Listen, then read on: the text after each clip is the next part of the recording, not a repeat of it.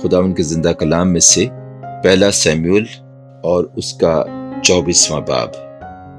जब साउल फिलिस्तीयों का पीछा करके लौटा तो उसे खबर मिली कि दाऊद ऐन जद्दी के बियाबान में है। सो साउल सब इसराइलियों में से 3000 चीदा मर्द लेकर जंगली बकरों की चट्टानों पर दाऊद और उसके लोगों की तलाश में चला, और वो रास्ता में भीड़ सालों के पास पहुंचा जहां एक गार था, और साउल उस गार में फरागत करने घुसा, और दाऊद अपने लोगों समेत उस गार के अंदरूनी खानों में बैठा था। और दाऊद के लोगों ने उससे कहा, देख, ये वो दिन है जिसकी बाबत खुदाबंद ने तुझसे कहा था कि देख, मैं तेरे दुश्मन को तेरे हाथ में कर दूंगा, और जो तेरा जी चाहे सो तू उससे करना। सो दाऊद उठकर साउल के जुब्बा का दामन चुपके से काट ले गया। और उसके बाद ऐसा हुआ कि दाऊद का दिल बेचैन हुआ, इसलिए कि उसने साउल के जुब्बा का दामन काट लिया था।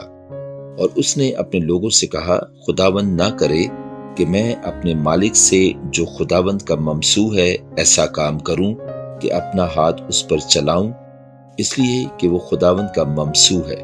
सो दाऊद ने अपने लोगों को ये बातें कहकर रोका और उनको साउल पर हमला करने ना दिया। और साउल उठकर गार से निकला और अपनी राह ली, और बाद उसके दाऊद भी उठा और उस गार में से निकला और साउल के पीछे पुकार कर कहने लगा, ऐ मेरे मालिक बादशाह। जब साउल ने पीछे फिर कर देखा तो दाऊद ने औंधे मुंह गिरकर सिजदा किया। और दाऊद ने साउल से कहा, तू क्यों ऐसे लोगों की बातों को सुनता है जो कहते हैं कि दाऊद तेरी बदी चाहता है? देख, आज के दिन तूने अपनी आंखों से देखा कि खुदावंद ने गार में आज ही तुझे मेरे हाथ में कर दिया, और बाजों ने मुझसे कहा भी कि तुझे मार डालूं, पर मेरी आंखों ने तेरा लिहाज किया, और मैंने कहा कि मैं अपने मालिक पर हाथ नहीं चलाऊंगा, क्योंकि वो खुदावंद का ममसू है। मां सिवा इसके ऐ मेरे बाप, देख, ये भी देख कि तेरे जुब्बा का दामन मेरे हाथ में है, और चूंकि मैंने तेरे जुब्बा का दामन काटा और तुझे मार नहीं डाला, सो तू जान ले और देख ले कि मेरे हाथ में किसी तरह की बदी या बुराई नहीं, और मैंने तेरा कोई गुनाह नहीं किया। गो तू मेरी जान लेने के दर पे है। खुदावंद मेरे और तेरे दरमियान इंसाफ करे, और खुदावंद तुझसे मेरा इंतकाम ले, पर मेरा हाथ तुझ पर नहीं उठेगा। कदीम लोगों की मिसल है कि बुरों से बुराई होती है, पर मेरा हाथ तुझ पर नहीं उठेगा। इस्राएल का बादशाह किसके पीछे निकला? तू किसके पीछे पड़ा है? एक मरे हुए कुत्ते के पीछे, एक पिस्सू के पीछे?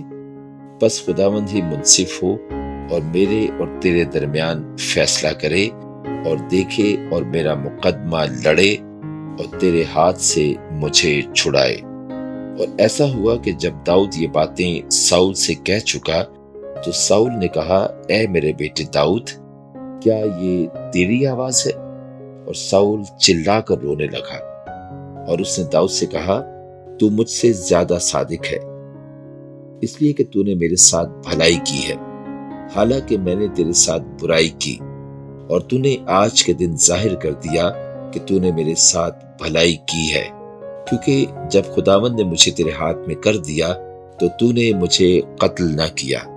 भला क्या कोई अपने दुश्मन को पाकर उसे सलामत जाने देता है?